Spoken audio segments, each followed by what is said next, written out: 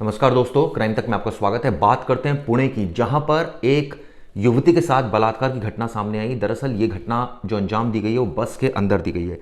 ये बताते हैं कि पुणे में सरकारी बस में महिला से ये दुष्कर्म किया गया है। फिलहाल पुलिस मामले की जांच करी। ये बताया जाता है 100 मीटर की दूरी पर यह बस पार्क थी जहां पर यह घटना हुई।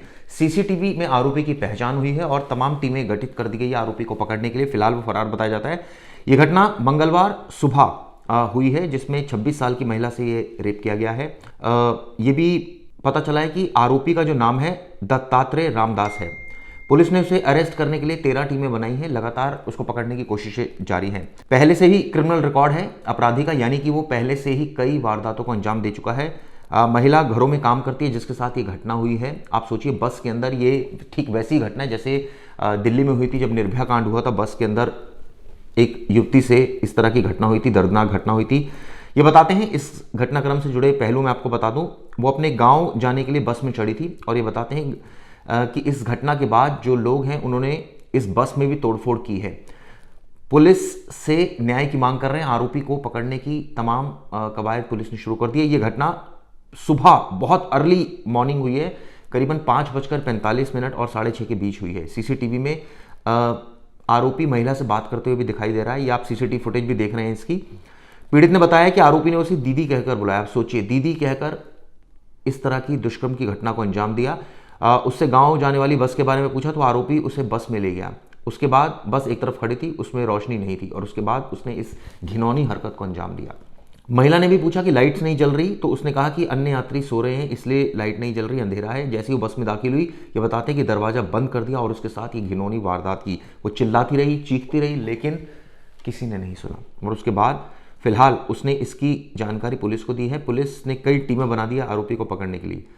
ये बताते हैं डिप्टी सीएम ने भी इस पर अपना बयान जारी किया है महाराष्ट्र के। ये कहा है कि बेहद दुर्भाग्यपूर्ण घटना है, परेशान करने वाली और गुस्सा दिलाने वाली घटना है।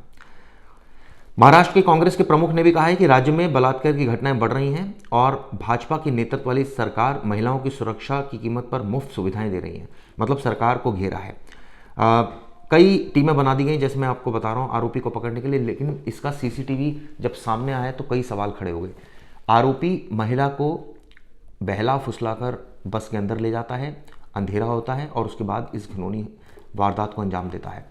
आप सोचिए कितना डरावना ये पल रहा होगा। महिला चीखती है, चिल्लाती है, लेकिन चूंकि बहुत सुबह का वाकया था तो किसी ने उसकी आवाज़ नहीं सुनी और वो उसको बुरी तरह से जकड़ लेता है और उसके बाद इस घटना को अंजाम देता है।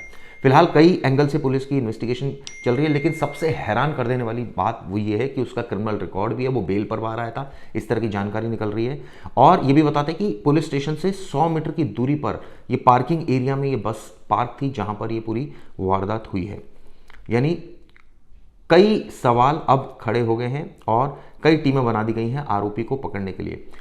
ये बताते हैं कि गुस्साए यूबीटी कार्यकर्ताओं ने डिपो में भी तोड़फोड़ की है। ये बताते हैं कि पुणे के स्वार गेट बस स्टैंड पर खड़ी महाराष्ट्र राज्य सड़क परिवहन निगम की बस है जिसमें महिला के साथ ये घटना हुई है। और शिवसेना यूबीटी कार्यकर्ताओं ने प्रदर्शन कर सुरक्षा गार्ड के केबिन में तोड़फोड़ भी की है। कई सवाल भी खड़े हो गए हैं इस घटना के बाद से। नेशनल विमेन कमीशन ने भी इस मामले में स्वतः संज्ञान ले लिया है और महाराष्ट्र पुलिस को पत्र लिखा है और तत्काल कार्रवाई की मांग की है। इसके अलावा कई एंगल से इस पूरे मामले की इन्वेस्टिगेशन चल रही है। आरोपी को पकड़ने की तमाम कवायदें जारी है। यह घटना सुरक्षा केबिन के सामने हुई है, जहां पर जो सुरक्षा केबिन होता है उसके बिल्कुल सामने हुई है। अगर किसी महिला के साथ सुरक्षा केबिन के सामने ये घटना होती है तो किसी को भी वहां बैठने का अधिकार नहीं है, ऐसा कहा है नेता ने, शिवसेना के नेता ने।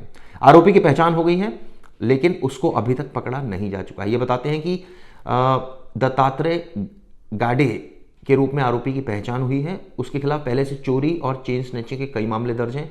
कई टीमें बना दी गई हैं पुलिस ने उसको पकड़ने के लिए।